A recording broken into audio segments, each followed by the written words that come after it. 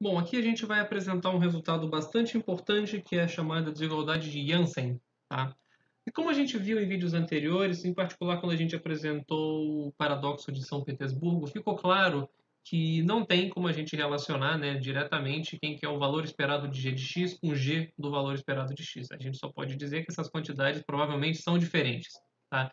Porém, tem um caso particular onde tais quantidades são fáceis de relacionar entre si, e isso vai ser extremamente importante para a gente, não só nesse curso de probabilidade, mas é muito importante em diversas aplicações. Tá? Em particular, a gente sabe relacionar essas duas quantidades quando g é uma função convexa. Tá? E aí vem essa primeira definição. A gente diz que uma função g de r em r é convexa se acontece o seguinte, tá? Intuitivamente, se ela tem assim a concavidade voltada para cima. Mas a gente vai tornar isso rigoroso da seguinte forma. Se para todo ponto x e g de x, que esteja aqui no gráfico dessa função, exista uma reta, tá, que passe por esse ponto, de modo que o gráfico de g esteja sempre acima dessa reta. Tá? Essa é a noção intuitiva de uma função ser convexa. Tá? Repara que a gente, a princípio, não pode falar que essa reta vai ser a derivada dessa função, porque a gente tem, por exemplo, a função módulo. Tá? A gente sabe que a função módulo é convexa, tá? E aqui na origem, né, a gente não tem derivada, mas a gente pode ter uma infinidade de retas que satisfazem a essa propriedade. E se você pega uma função que ela não é convexa, né, uma função que faça alguma coisa engraçada assim, tá? Você vai conseguir encontrar aqui, por mais que você consiga encontrar, talvez em algum ponto, uma reta que tenha essa propriedade, né, esse ponto que eu desenhei aqui, essa reta aqui satisfaz. Tá? Porém, se você pegar, digamos, esse ponto aqui, qualquer reta que você desenhar, né, eventualmente ela vai fazer o gráfico estar abaixo dela, tá? De modo que essa função não é convexa. Então, quando a gente tem uma função g convexa, vale a desigualdade de Jansen, ou seja, o valor esperado de g de x é maior ou igual a g do valor esperado de x, aonde g aqui eu vou assumir é uma função convexa, ok? Esse desenho ilustra bem por que esse resultado é verdade antes da gente provar esse resultado aqui, tá? Então, o que esse desenho aqui ele diz para gente, tá? Você tem aqui no eixo x, tá? O tracejado é a densidade da sua variável aleatória x, ok? E aqui você tem o gráfico de uma função que está denotada por φ nessa figura, que é uma função convexa, tá? Quando você calcular quem que é a densidade de y igual a φ de x, você vai ter essa outra linha pontilhada aqui, tá? E repara, pelo fato da função ser convexa, tá? Ela tem essa propriedade dela ser assim crescente dessa forma, ela puxa bastante a massa de probabilidade de x para cima. Então você vê que aqui, né, ela demora um pouco mais para decair. Você está puxando essa massa de probabilidade um pouco mais para cá. E isso faz com que o valor esperado de y aumente. Tá? Tanto que acontece o seguinte: se você calcular o valor esperado de x é algo que está aqui, φ do valor esperado de x está aqui. Porém, como φ vai tender a puxar a massa de probabilidade para cima no eixo y, isso vai tender a deslocar o seu valor esperado de y para estar acima de φ do valor esperado de x. Tá?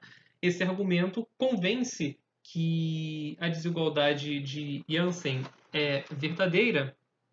E agora eu quero fazer com vocês aqui a demonstração. Para fazer a demonstração, eu vou deixar nesse slide, caso a gente queira recorrer novamente à definição de função convexa.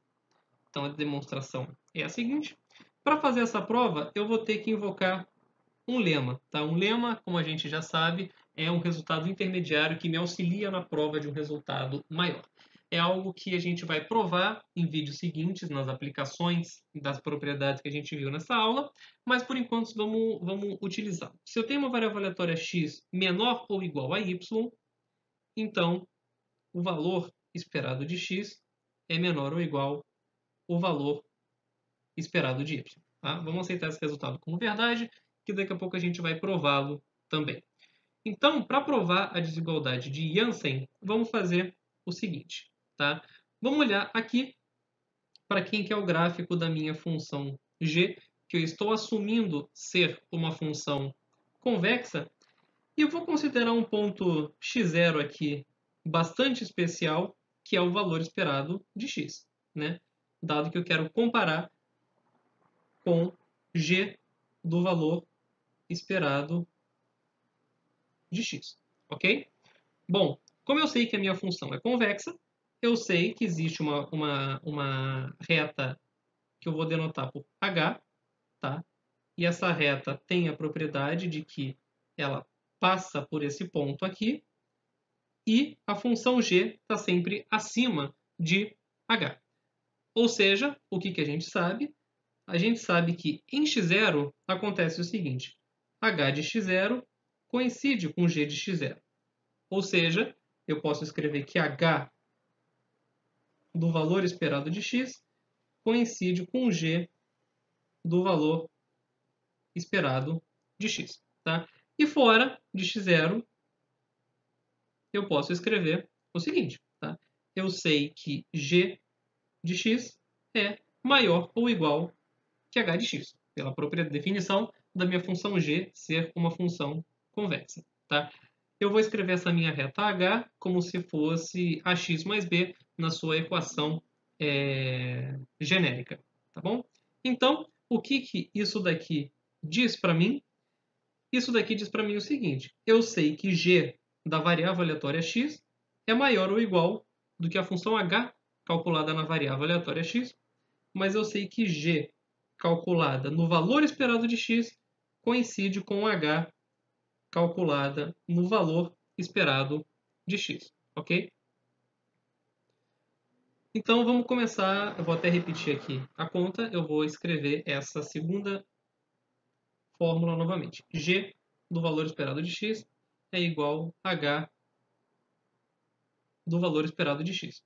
Eu defini minha função h como ax mais b, então isso vai dar a do valor esperado de x mais b, tá? Que, pela propriedade da linearidade do valor esperado, é o valor esperado de ax mais b. Só que ax mais b é exatamente a função h. Então isso eu escrevo como se fosse o valor esperado de h de x.